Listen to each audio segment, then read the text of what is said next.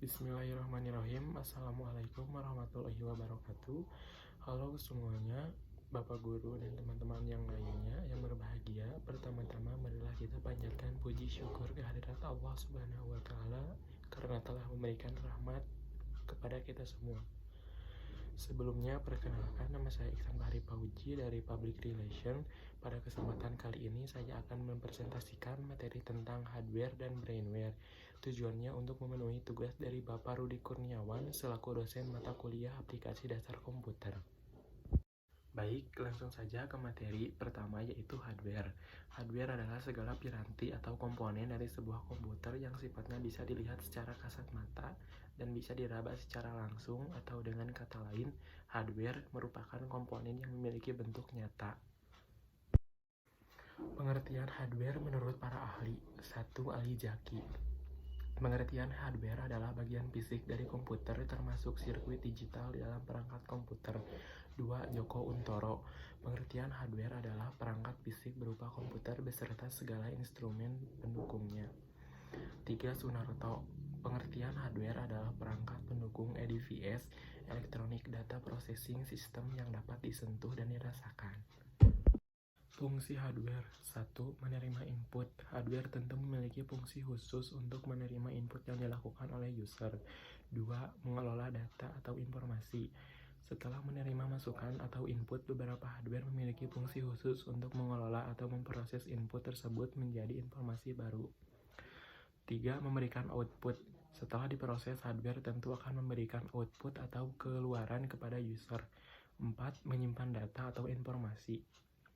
Output yang dihasilkan oleh komputer dapat disimpan dalam perangkat penyimpanan sekunder pada komputer. Jenis-jenis hardware berdasarkan fungsinya. 1. Perangkat masukan, input device. Contohnya ada keyboard, mouse, mikrofon, webcam. 2. Perangkat pemrosesan, process device. Contohnya ada CPU, Central Processing Unit, VGA, Video Graphic Adapter, RAM, Random Access Memory, power supply, dan lain-lain. 3. Ada perangkat keluaran, output device. Contohnya ada printer, monitor komputer, proyektor. 4. Perangkat penyimpanan, storage unit. Ada hard disk, flash disk, optical disk. Nomor 5. Perangkat tambahan peripheral. Ada modem.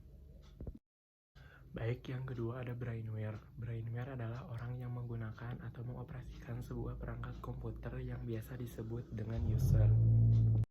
Pengertian brainware. Brainware dalam dunia komputerisasi dikenal sebagai seseorang yang terlibat dalam pengoperasian serta pengaturan sistem yang ada dalam perangkat komputer.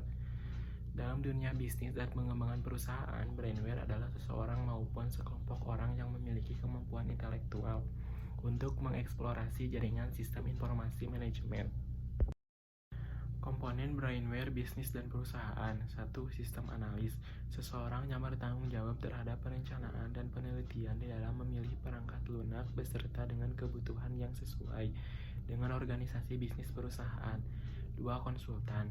Seorang brainware yang memiliki pengetahuan di bidang komputerisasi namun biasanya tidak berperan untuk mengenangani secara langsung. 3. Programmer. Seseorang yang memiliki kemampuan dan keahlian dalam menguasai salah satu atau lebih bahasa programmer dalam dunia komputerisasi. 4. Administrator. Orang yang bertugas mengelola sebuah sistem operasi dan program yang digunakan pada komputer atau jaringan komputer. 5. Project manager. Seorang komando atau pemimpin dari suatu proyek tertentu, biasanya juga disebut sebagai mandor. Terima kasih, mohon maaf bila ada kesalahan karena masih dalam tahap proses pembelajaran. Waalaikumsalam warahmatullahi wabarakatuh.